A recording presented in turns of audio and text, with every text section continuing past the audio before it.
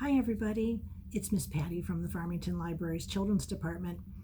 I wanted to talk about a group of books today that you may not have heard of. We have a whole selection of books here in our series aisle. And the series books are great for kids that are slightly more advanced new readers on up to almost upper elementary, middle school level. We have such a wide range of books in our series aisle, and I wanted to just highlight 4 for you today, but know that we have well over 30 selections, so check them out next time you're in the library. The first group of books I wanted to talk about was called Billy B. Brown. Billy B. Brown is a funny girl who gets into some funny adventures. I wanted to read you a little excerpt from one of the books and show you just the type of story and the type of print.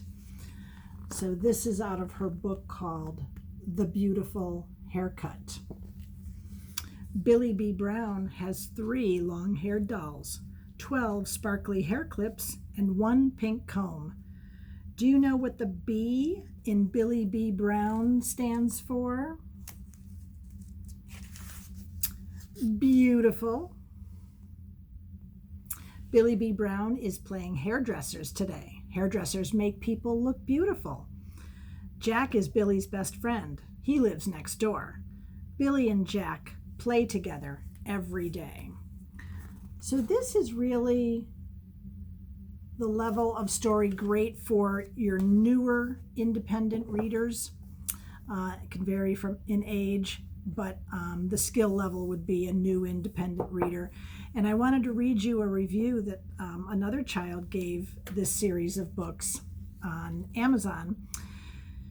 They said, if you like Junie B. Jones, you will like Billy B. Brown because they both have interesting adventures.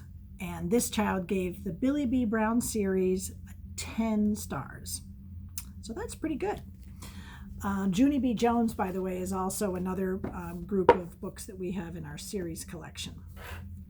Okay, next is a series of books about DC superheroes.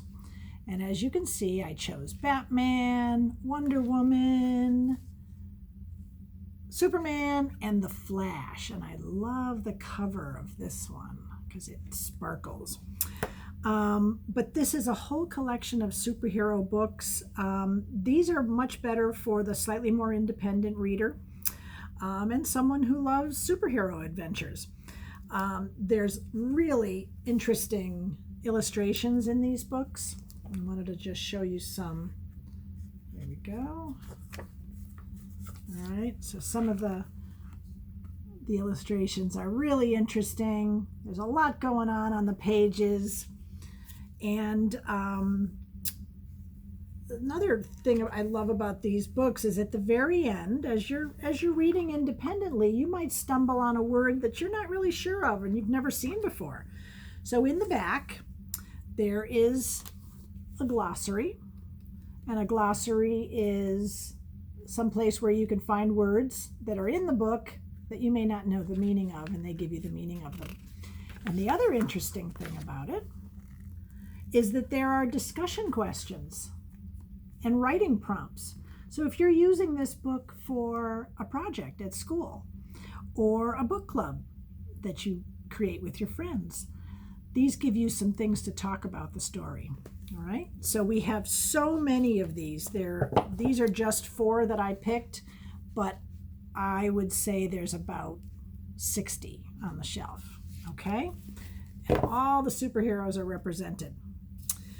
Another series of books that you may not have known we had was the Minecraft books.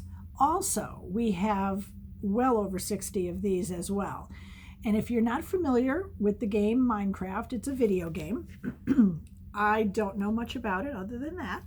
But in the front of this book, it does explain what Minecraft is. And it is a video game. It's family friendly, so you may play it with your mom or dad or older siblings. but these books are adventures that are based on the Minecraft game. I wanted to read a little excerpt for you. This is going to be for a slightly older reader. You can see the type of print. It is quite a long book. All right, this is for somebody who really likes adventures and may very well be obsessed with the game Minecraft. Chapter 1, this is out of the book Invasion of the Overworld, which is a new book. Chapter 1 is called Game Night's Game. The gigantic spider approached his hiding place slowly, methodically, its multiple red eyes burning like angry coals at the heart of a smoldering fire. Game Night 999 knew it was coming, but was not afraid. His iron armor would protect him. In fact, he wanted the spider to come closer, hoping he had the timing just right. Clicking sounds from the spider floated through the forest trees and reached his ears, getting louder as it neared. Then there were more sounds from its companion. 2 spiders were now tracking him. Leaning out to look around the trunk of the gnarled tree, he took a quick glance, seeing the arachnid pair searching for him, the monsters peering into dark hollows and leafy shrubs. And I'll let you read the rest. So that's the Minecraft